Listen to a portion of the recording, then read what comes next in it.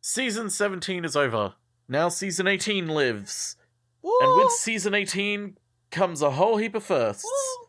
And with those firsts, we have the 80s. The 80s, 1980, hits Doctor Who like a fucking truck. Woo! It does. The Leisure Hive. What happens in the Leisure Hive, dear? Can we real quick just talk about the difference in intro, actually, first? Because it is a huge jump.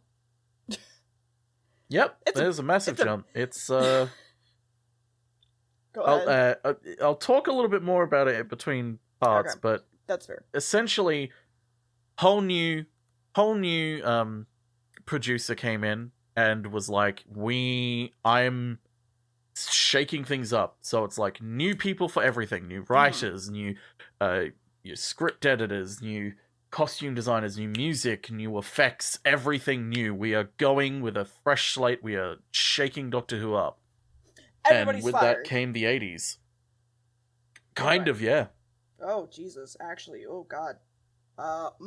Well, in the 80s, we see a beach, and it's empty of people, and it's very windy, and the shot is really, really fucking long. And there's someone sleeping, but we still haven't gotten to him yet, because the shot's still very long. He is a ghost. Where is he? We do not know. Actually, oh, there he is, because there's the TARDIS, and it's the Doctor. He's sleeping on the beach. K9 and Romana are hanging out, and they're like, this place is boring, I don't like beaches, what's the point? Romana throws her beach ball into the ocean. K9 goes after it and kills himself. Like, actually. And then the Doctor is woken up, and Romana is very pissed off and sad, and he's like, what the fuck is going on? And he's like, look, I don't want to run away from the Black Guardian forever. And Romana's like, well, let's go to this place that I know is called the Leisure Planet and blah, blah, blah history, talking about all these things that K9 told me about while we talk over K9's dead body. And we zoom out, and it's like a weird transition effect into space while the Doctor falls asleep again. It's very weird. I thought we were watching from some monitor, but we weren't. Back on Argolis, the planet they were talking about, a man with an artichoke head is like, don't worry, I'll return soon, and there are other humans here. And he goes to a meeting with other people with a giant triangle. Argolis is apparently going bankrupt, and the old Artichoke is upset about all the amounts of bookings that are not happening. Nobody wants to come to Argolis anymore, they're just not hip. The artichokes are like, the artichoke's son, because he is their son, is like, we're cooler than them, and he just gets angry and turns off the triangle. And then they're like, that was very rude, why did you do that? And then there's apparently an Earth capsule arriving to Artichoke, and Son Artichoke is upset with his mom, Machoke, and we see Chairman Artichoke come up and go. Apparently, Mr. Triangle flew straight here to talk to Leader Choki, because he's very messy. Yes. But old Choki is dying, and the Triangle man brought his lawyer with him, and another group wants to buy Choki land. But the Chokies can't leave the hive because they can't survive outside of it because of all the radiation. Old Choki just goes, Son Choki, leave and do your job, please. And he goes, okay, Dad Choki. So his job is to be the mediator of the humans, showing off their non-gravity squash game. And then the TARDIS swoops in, and Romana and the Doctor are now here. And the Doctor doesn't really understand how the stuff is done because it's like, we're back in time for me. Like, we didn't figure this shit out until later. What the fuck? And the squash, and it's weird. And then we do a magic trick with Son Choki's head. And it's like, woo! Apparently, the Formasi want to come buy the hive. Like, they want to buy it. They purchase it. They're apparently reptiles that are radioactive resistant, and they could live on this planet, and so they want to buy it.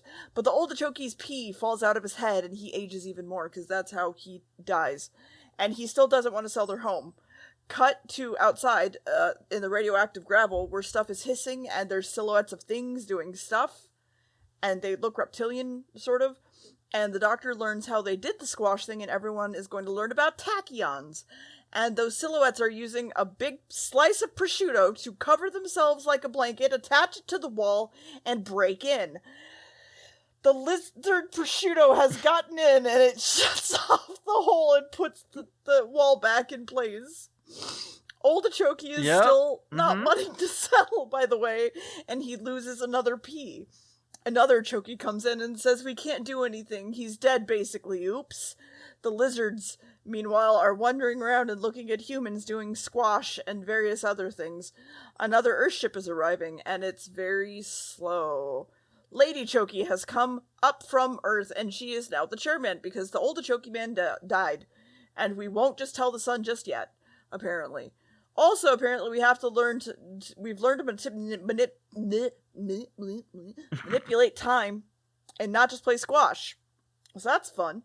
One human thinks it's a recording, and he tries it himself, and he's like, look, we can manipulate you around without harming the other part of you. And dude's like, cool! Ah! And starts fucking screaming, and he's apparently terribly hurt and pulled into pieces.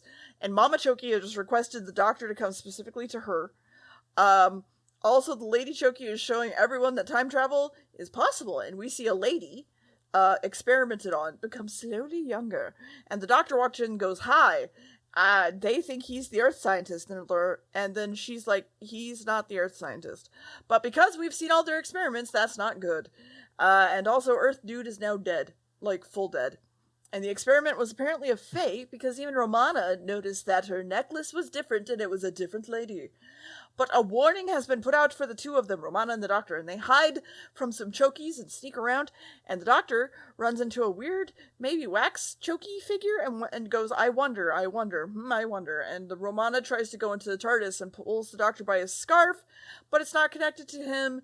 It's connected to the pod thingy that he was talking to, and the doctor goes into the squash box, and inside the box, we see things that we don't understand. But then a reptile hand comes up and puts the doctor on screen, and we see that he's being pulled apart. No, he's dead. Oh, That's no! it. Doctor dead. So, let's talk about the differences, shall we? Mm-hmm.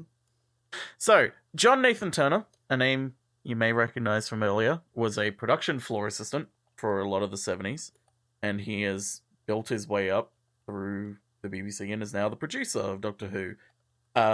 John Nathan Turner will stay the producer of Doctor Who until the end of the classic series. Why? We'll explain why when we get to it. But for now, this is his first series. This is the beginning of his tenure. A few things you need to know about JNT. He goes by the initials JNT. He's a gay man as well. Mm-hmm. And he is very, very sort of... He had a sort of friendly approach with everyone that he worked with, to the point where he... Dudley Simpson, who was the incidental music man for a lot of Doctor Who, ever since, like, 1964, I believe, was his first score. Because JNT was coming in with new crew and, doing everything himself and getting in-house incidental music instead so they could save money. Mm-hmm. Instead of just firing Dudley Simpson, he actually took him out to dinner as well to sort of break the news gently to him. Mm-hmm. In a sort of very personal gesture. It's like, he didn't have to do that, but it's, kind of nice that he did that. Yeah. Another thing as well is that when he took over, he had a lot of budgetary concerns, because, the end of the 70s with a lot of concerns of budget and inflation and everything. Yeah. He went to the head of serials and series, which had been fused into one, with a new approach to the music.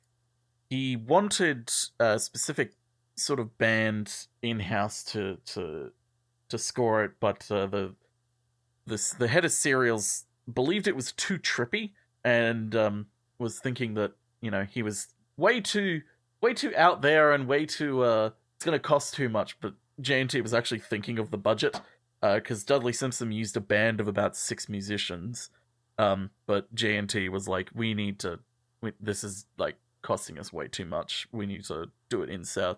So, which is why from now on you're going to hear a lot more synths, because A, it's the 80s, and B, it's actually one group now doing it.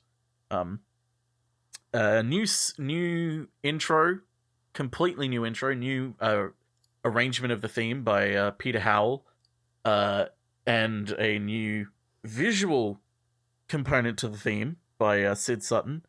making the titles with the Starfield. Supposedly, Graham Williams had made a mock-up of a Starfield style intro to Doctor Who the year prior, but it had tested fucking horribly. So I don't know if like he knew of this, JNT knew of this and picked it up, but yeah. But also the 80s has another era as well of this is when people who grew up with Doctor Who are now starting to work on Doctor Who. Like, J&T was actually a pretty big fan of the show, but also, this is kind of when fans being in the show is a good idea, and also a very good bad idea. Yeah. Because during season 17, Graham Williams had objected to a number of self-appointed fan, experts getting in the way of recordings and giving tedious suggestions and criticisms.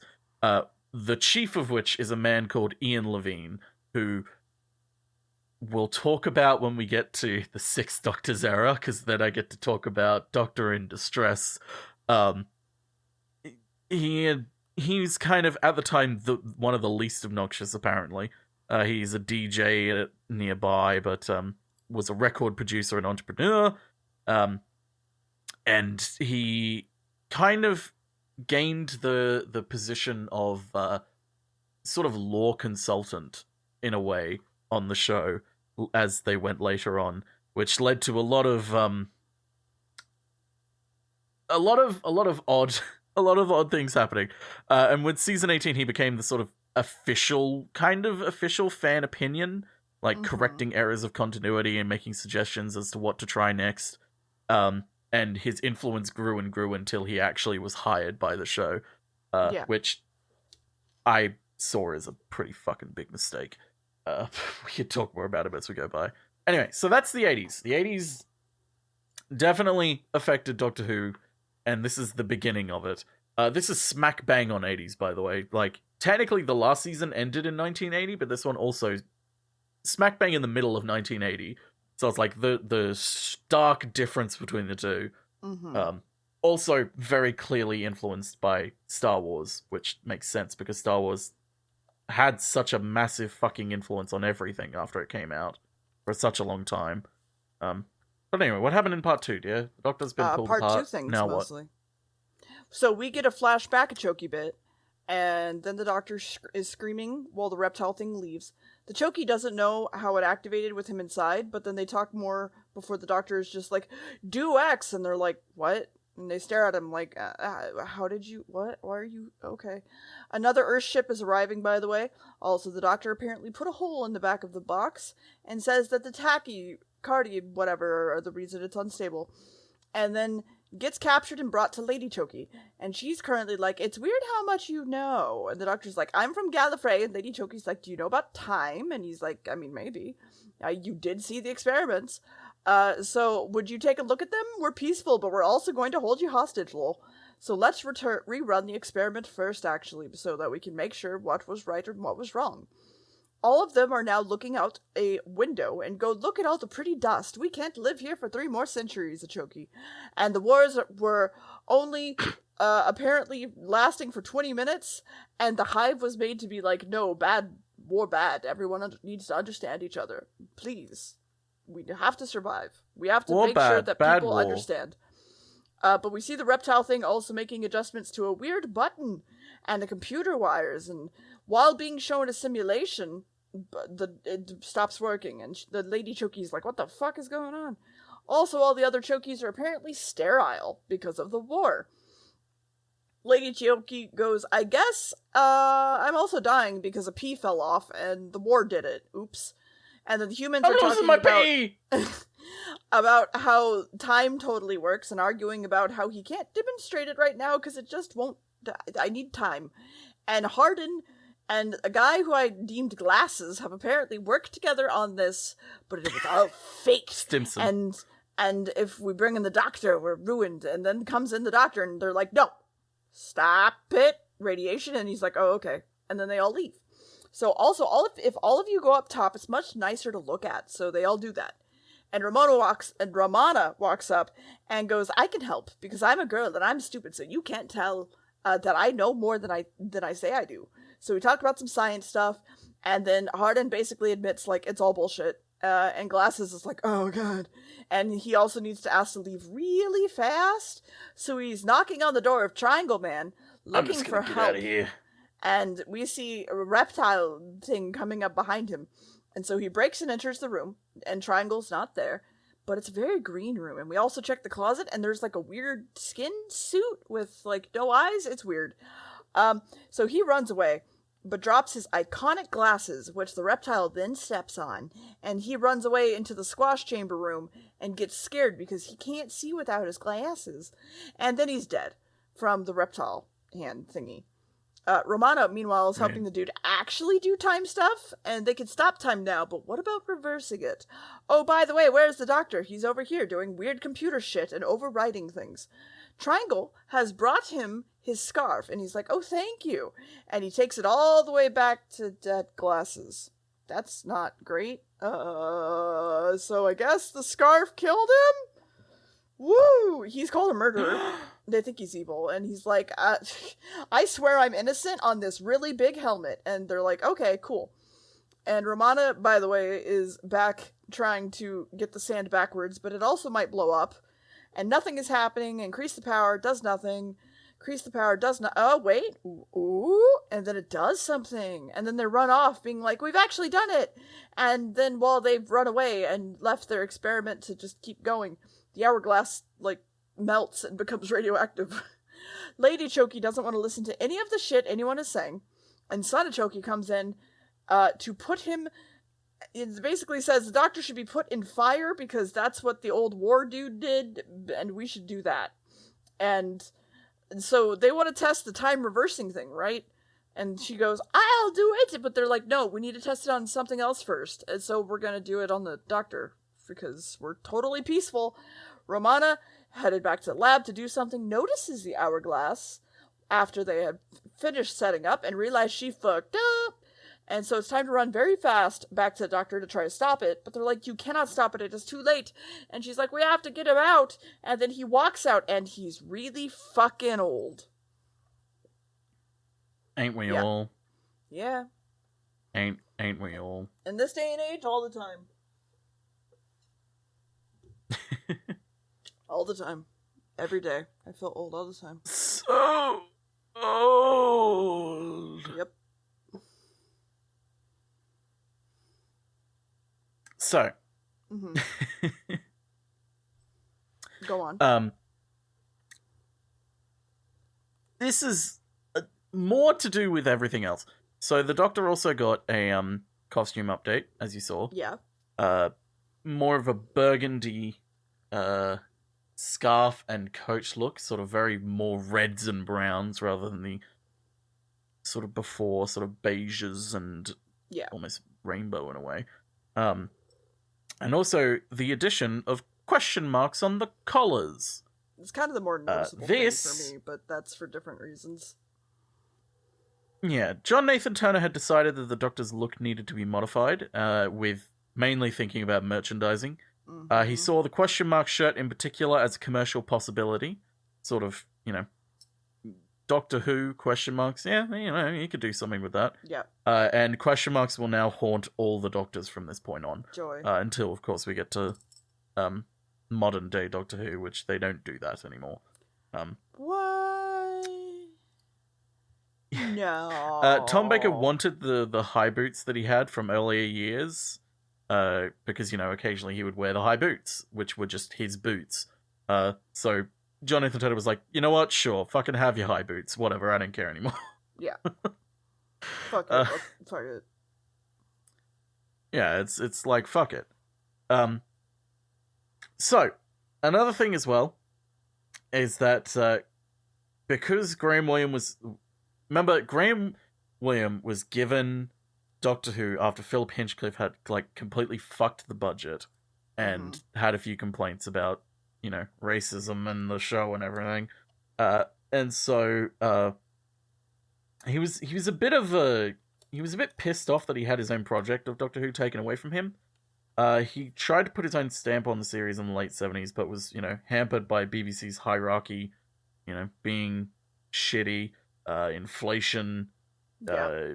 budgetary cuts, Shitty. strikes, union disputes, all sorts of things. Yeah, it was shitty. Williams knew what he wanted to do with the series, and he managed to put some of his changes into effect, but his cost of health and, self-esteem kind of... It took a lot on him. After fighting constant battles with the BBC, the unions, and Tom Baker, he finally got to where he believed he should have started with Sharda, a story which would have removed the dead wood from the program once and for all. But it was cancelled. Pausing only to nominate John Nathan Turner as the new producer, Williams resigned and went off to run a computer hire company instead. His involvement in Doctor Who was actually renewed when he was invited to contribute to season 23, but then later he ran a small little country hotel. He died in 1990 as a result of a gunshot wound, which was probably accidental. Ow. So, thought I'd include that. Yay? But, yay? Yay? John Nathan Turner was also kind of chastised for this episode, because it went over budget. Not his fault, actually. For once, it wasn't the producer's fault, it was the director's fault. The director went way over budget, and the BBC were just like, hey, we just hired you to be this director. What the fuck are you doing? Like, you're going over budget. Knock it off. Mm-hmm. Also, you may have noticed in the beginning, John Leeson is returned to be K9. John Nathan Turner personally persuaded him to return. He comes back in future episodes, don't worry. By this time also, John Leeson was so good at the voice, he could do it with just his voice. He didn't need a vocal modulator. Like, he can just do that voice. Which is really good. But they do add a few vocal effects, I believe, in a few episodes. And in the modern series, they add a vocal effect to it as well. But, yeah, that's... K9 is back and has lost his laryngitis. Good. So what happens in part 3? Well, the doctor's like, what's wrong? I feel weak. And they're like, oh God, look at yourself. And he's like, oh God, I was trying to check something in that box, but I don't remember what. And Kitachoki goes, they're murderers, even though they didn't really try to murder anyone else, whatever. Mama Choki agrees for some reason. He's racist. He is. And Mama Choki's upset that it didn't work, and she's just like, I just wanted my people to survive, and we need to die. We have to decide if we should just die with grace like we were supposed to. And the collars are there's collars that are basically put on them for kinky reasons. Actually, no. It's, if they get to a place where they shouldn't be, it gets uncomfortable. And if they try to remove them, it gets uncomfortable. The Kitachoki is still fucking with the squash box and wants it to get to figure it out. And he gets to go see Mama Choke and comes to Hardin and asks him to remove his yeah.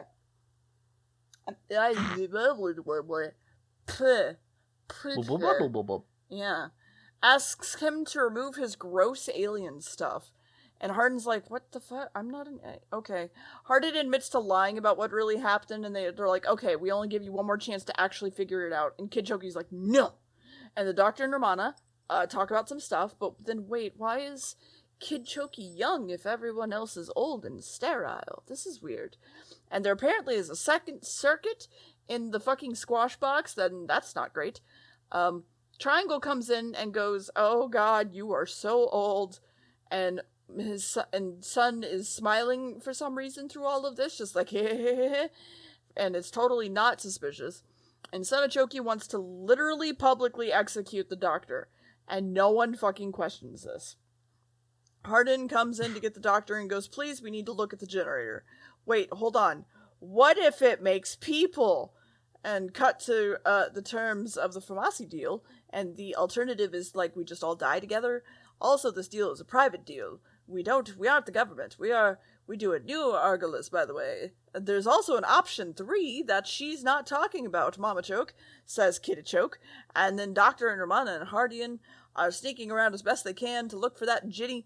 And Kitachoke calls the contract a forgery and rips it in half, and that they're planning a genocide. And he's like, look, you ripped the contract in half? I have a printer and a scanner. I have more. Don't. It's fine. Kiddichoke goes, lol, I have manpower, but then drops a, bitch, do you know how old I am?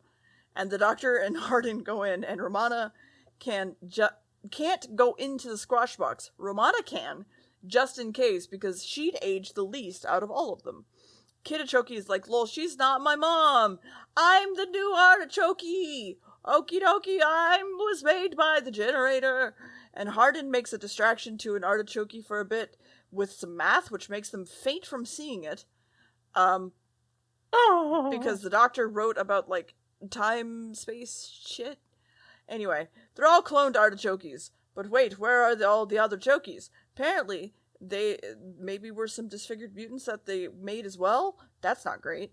But they look into the squash room, and oops, we saw that the doctor's now in there.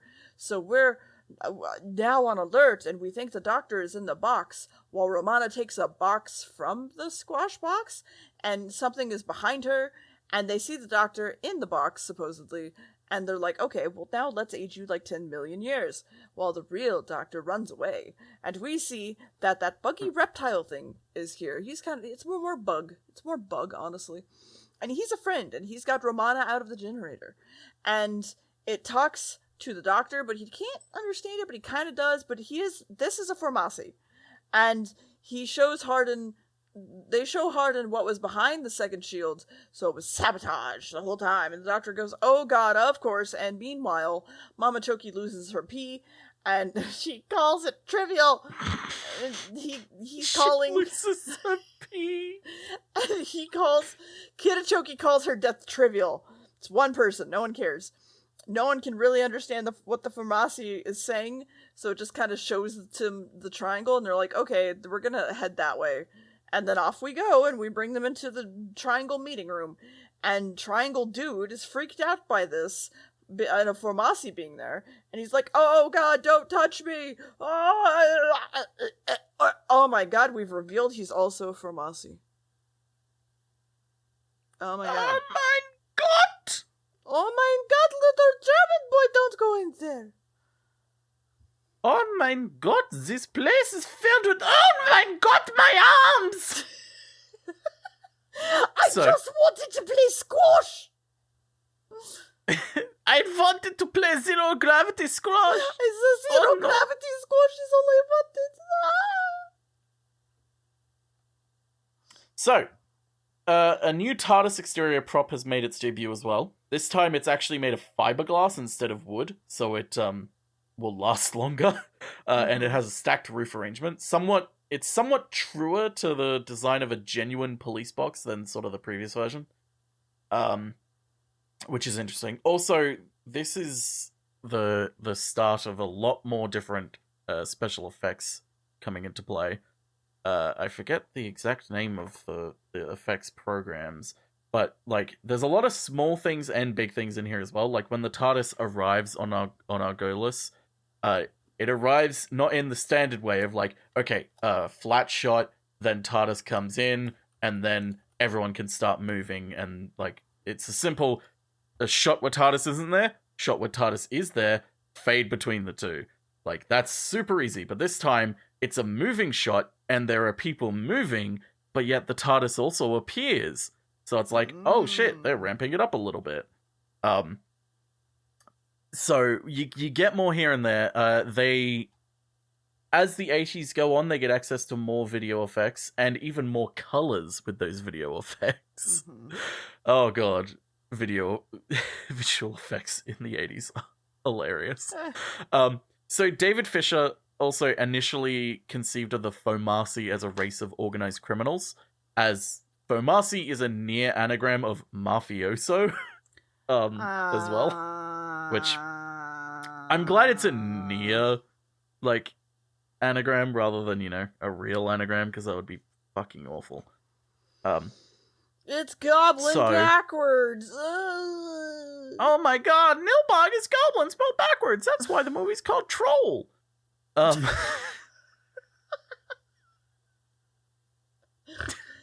fucking hate it.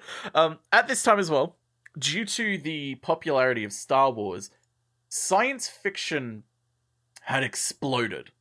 Specifically, Star Wars, like, space opera style science fiction had exploded.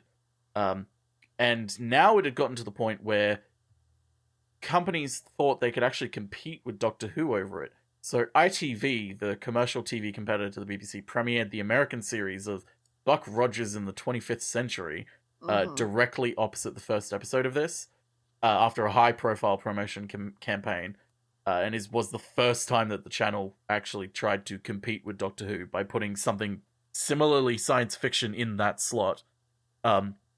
And it's one of the contributing factors as to why there's a significant slump in the ratings for Doctor Who's 18th season.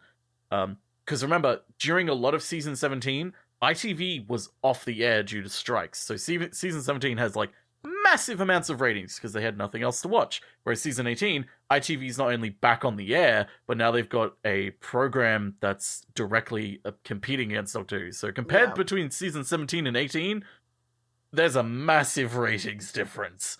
To the point where Doctor Who had done something for the first time in 18 years in the third week of the program. It had fallen out of the top 100 programs of the week that it was transmitted. Gasp. So this is when Doctor Who's starting to become not the big top dog anymore. Also on top of it, production of this serial was pretty challenging because Tom Baker and Lalla Ward, fun fact, they had a relationship off screen, and it was not going well. Not going well. To put it in perspective, they met on set, fell in love, and then after Lalla Ward leaves, they marry for only 18 months, I think it is, or 16 months, and then they divorce. It was not a good relationship. Yeah. Yeah, not the best sort of relationship. You can just tell because of that shit. Also, apparently, initially the story was meant to be like, among these sort of different scripts, like The Tearing of the Veil, which was a Victorian ghost story which involved the Doctor being prematurely aged and confined to bed for 2 episodes. Douglas Adams and J&T had liked the idea that David Fisher proposed of something called like Butlins in space, even though Fisher was more keen on another idea of cryogenically suspended godlike aliens. And also it appeared that Fisher had made a joke about mafia lizards running a protection racket, which John Nathan Turner and Barry Letts, who was the producer for the third Doctor's era, who the BBC had like hired to be like, hey, we've got this new kid being a producer, can you just like oversee him for his first season and make sure everything is okay? So that's why he's involved in all of this. Took the comments seriously, and so they were like, oh, cool, a story about mafia lizards running a production record? Sure, write that. And David Fisher's like, that was a joke, but okay, I'm down to. Okay. He wasn't like, yeah, it's like, I mean, okay. It comes across in the novelization far more than it does in the finished production, the sort of mafioso stuff. In fact, also, the novelization is an interesting one, partly because it has an immense amount of backstory that it gives to both the Argolan and the Famasi people, and also partly because it's very unlike the other sort of Target novelizations. It's a lot more Douglas Adams writing style, which is odd because usually they're kind of just churned out. Also at this time, Tom Baker and Lalla Ward had been sent to Australia to shoot adverts for a company called Prime Computers, mixing technical specs with Prime Gaming. With technical specs like mixed with garbled references to like Gallifrey and the constellation of Castor, all that sort of shit. Little realizing that the series they'd return to would be similarly obsessed with like RAM cartridges and piggyback boards with all the shit with the generator and everything. But also the adverts had a weird twist to them. One of them even like was like marry the girl, implying that the Doctor and Romana were like in a relationship. I've watched those ads. They are very like woman knows best sort of thing of like, marriage is ball and chain sort of thing. And it's like, man, I forgot how weird heterosexual people are when it comes to relationships. I forgot that a lot of them see marriage as like a fucking prison sentence. But yes, mafiosos, lizards, all sorts of running amok.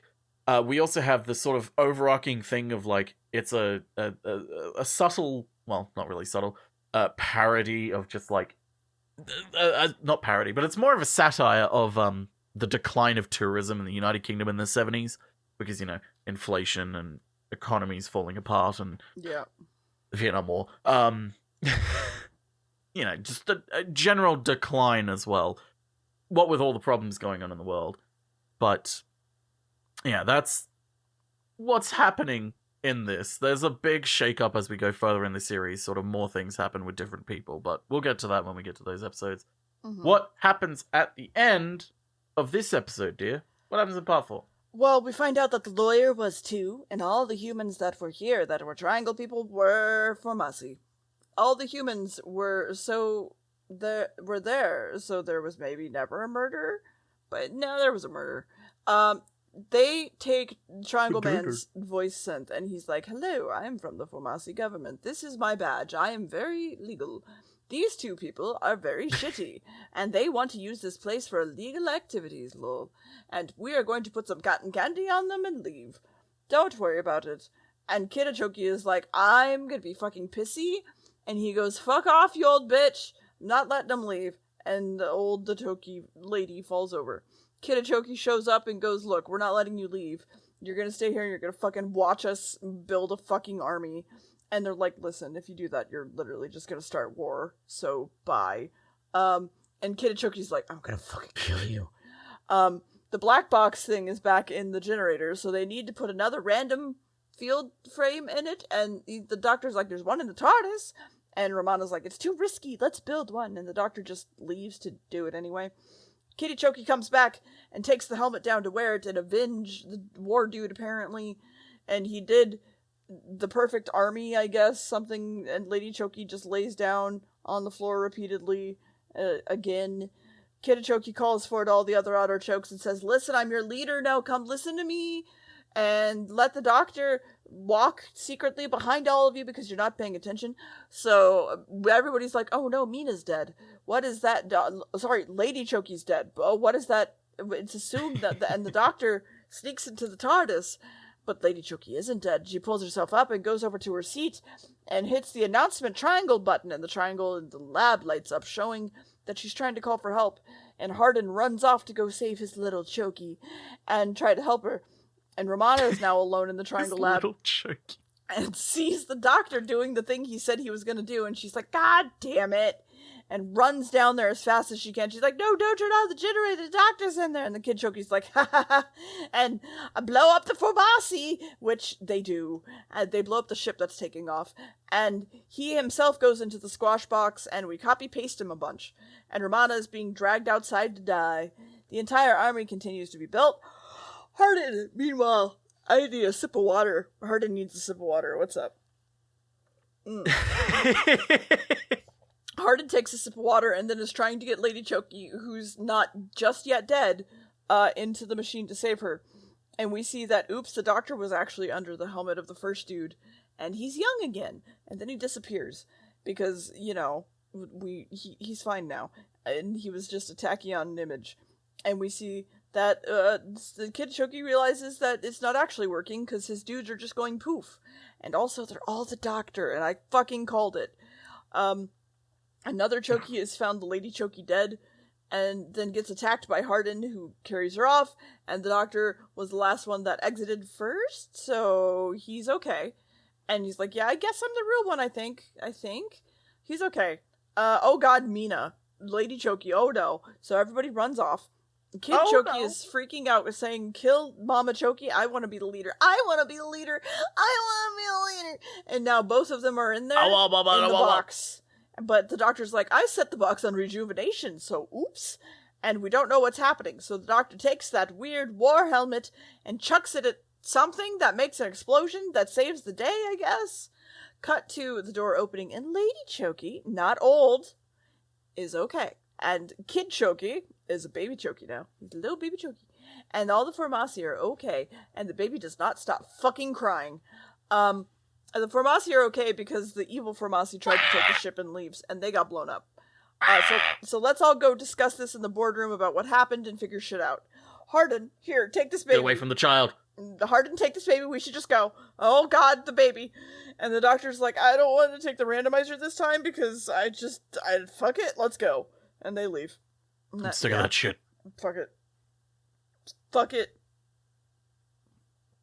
Yeah. Yeah, that's the Leisure Hive. Mm-hmm. Not very I found something else.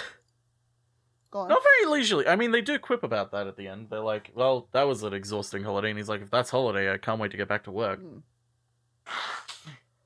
I found something else with regards to Lalla Ward and Tom Baker's relationship. Yeah. She was once asked what her favorite monster on Doctor Who was, and she just said Tom Baker. Oh. I think they've, like, made up and are, like, okay now, but, like, it did not win well. I mean, to put it in perspective, she went on to marry fucking Richard Dawkins. Mm-hmm. That says everything you need to know. Yeah. But that's the Leisure Hive. Welcome to the 80s.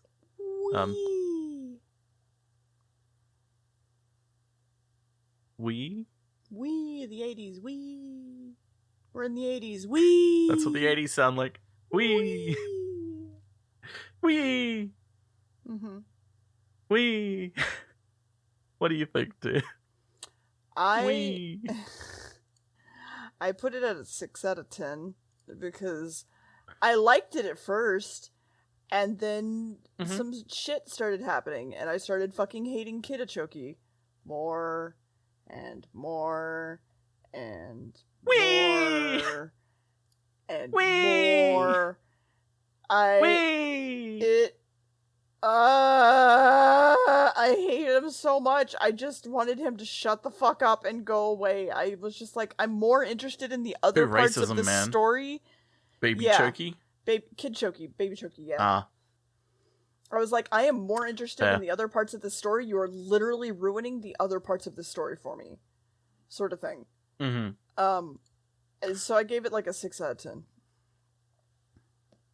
Fair. That's fair. No, I agree with that. It does. I feel like they could have had a build up of his like aggression, I guess, or like xenophobia, instead of him outright being like "fuck the humans." It's like, so he's one of those. He went from being people. like, "I don't like other aliens," to "let's publicly execute the Doctor," and it's just like, okay. So here we are. So, yeah, that's where we are. Mm-hmm. Next episode, you're not going to be able to guess the name because it's one word and it's not a word you'd know. Woo! Meglos. Cool. It's Meglos. Okay. Is this loss? No, it's not loss. It could be loss. What is loss? Are you loss? Am I loss? Is this podcast loss? Are you Meg? Lois. Lois. I'm out! I'm out! Okay, next week, Meglos. Bye! Bye!